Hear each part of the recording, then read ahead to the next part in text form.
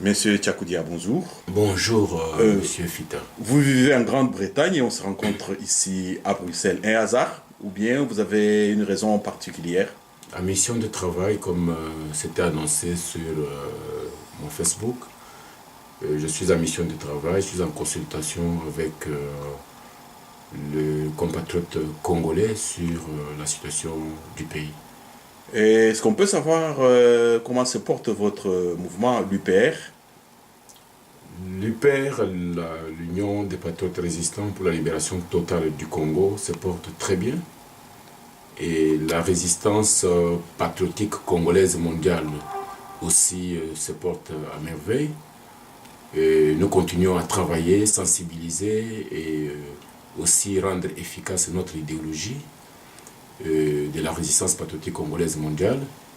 Et voilà pourquoi je suis en ce moment à Bruxelles en train de consulter sur le futur de la lutte de la résistance patriotique congolaise mondiale. Quelle est votre lecture des derniers événements dans notre pays? 1. Le passage du ministre des Affaires étrangères et avec en sous le problème de l'Est. 2. La volonté de M. Hollande de se rendre au sommet de la francophonie à Kinshasa. Pour M. Renders, je trouve que c'était non-événement parce que, vous savez, je suis un des amis de la Belgique.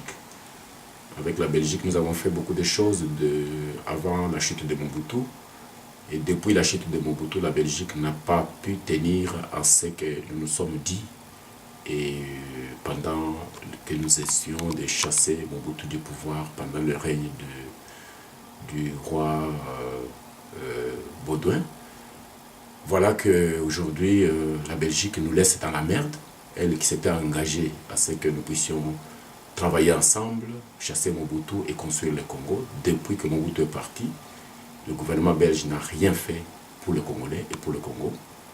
Je suis témoin parce que j'ai été à Washington, plusieurs fois au département d'État, plusieurs fois au Canada, au Québec, dans les pays scandinaves, dans l'intérêt de Belges et de Congolais. Et voilà qu'aujourd'hui, nous sommes là où nous en sommes. Donc le voyage de Renders ne me dit absolument rien. Et à propos de la volonté de M. Hollande d'aller au sommet de la francophonie en octobre à Kinshasa, quel est votre regard? Je ne suis pas surpris. Je ne suis pas surpris du tout parce que Mitterrand, lui, c'est un fils de Mitterrand, François Mitterrand. Mitterrand, quand il avait pris le pouvoir à l'époque, il faut que nous soyons attentifs de l'histoire immédiate de nos liaisons politiques. Quand Mitterrand avait pris le pouvoir, nous étions au sommet de la dictature de Mobutu. Il avait promis qu'il n'ira pas à Kinshasa au sommet et qu'il ne fera jamais contact avec Mobutu. Et que pour lui, il avait juré par le départ de Mobutu. Mais à un certain moment, nous avons travaillé beaucoup pour déplacer les sommets de Kinshasa pour un autre pays. Donc je pense qu'à l'époque, c'était la France. Et je me souviens avoir été au Québec pour discuter avec le gouvernement québécois afin qu'il fasse des pressions sur la France. Et nous avons travaillé avec le Québécois pour que nous puissions, Mulroney à l'époque, le Premier ministre du Canada à l'époque, le gouvernement du Québec et tout ça. Moi, je suis allé plusieurs fois au Canada pour ce genre de choses. Et nous avions réussi à cette époque-là de déplacer les sommets. Mais Mitterrand, par la suite, avait changé sa position, il était devenu le meilleur ami de Mobutu. La France est au bas, la France n'a pas d'économie, donc tout le monde trouve mieux de collaborer avec un chef de l'État faible, ignorant, et qu'ils peuvent manipuler, exploiter, connaissant toutes ses faiblesses. Ils savent que c'est quelqu'un qui circule avec un faux nom d'abord, un président qui a un faux nom, un président qui s'est accaparé de la famille d'autrui, des noms de famille d'autrui. Et ils connaissent tout ce que nous vivons. Et voilà pourquoi ils préfèrent nous défier, nous Congolais, nous patriotes congolais, pour aller chez nous, aller voler, aller s'asseoir avec des assassins, des criminels, et continuer à piller notre pays. La France trouve bien que Kagame et leurs serviteurs, vous savez, le dernier revirement de Sarkozy avant de partir, de devenir l'ami de Kagame.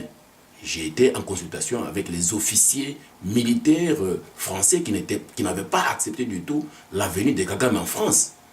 Donc, nous sommes au courant de ce qui se passe. Et moi, je savais bien que Hollande ira à Kinshasa. Parce que la France est faible économiquement, financièrement. Ils ont besoin d'aller voler au Congo. Et c'est plus simple que ça. Ok, votre dernier mot? Mon dernier mot est que les Congolais, nous devons nous réveiller. Tout ce que je viens de dire là, c'est pour dire que l'avenir du Congo appartient aux Congolais, aux patriotes congolais, aux vrais patriotes congolais de souche, de comprendre que nous sommes en danger de disparaître sur cette terre, en tant que nation, en tant que peuple, en tant que pays. Alors aujourd'hui, c'est pour dire que je suis en Belgique pour dénicher les rares Congolais qui peuvent nous aider à déboucher le trou du Congo qui est aujourd'hui bouché. Donc nous sommes en train, je ne suis pas venu faire des meetings populaires, je suis venu travailler stratégiquement pour pouvoir identifier les quelques têtes des Congolais à travers le monde qui peuvent se mettre ensemble, avoir un projet ensemble de pouvoir libérer le Congo stratégiquement avec tous les partenaires du Congo, que ce soit des Blancs, des Noirs, des Asiatiques. Nous devons identifier tout le monde qui s'intéresse au Congo, mais avec un petit groupe de Congolais bien identifiés et qui peuvent travailler ensemble, qui peuvent s'entendre sur le projet du Congo futur et puis accompagner cet élan de la résistance qui est déjà lancé dans le monde entier à partir de Londres. Ok, bien, merci, bon séjour et bonne continuation dans vos missions. Merci, Monsieur Fita, et c'est réciproque. Hein. Je vous confirme aussi que j'ai beaucoup d'admiration pour tout le travail que vous faites pour notre pays. Soyez-en sûrs, c'est pour bientôt. Dieu nous le rendra. Merci à vous.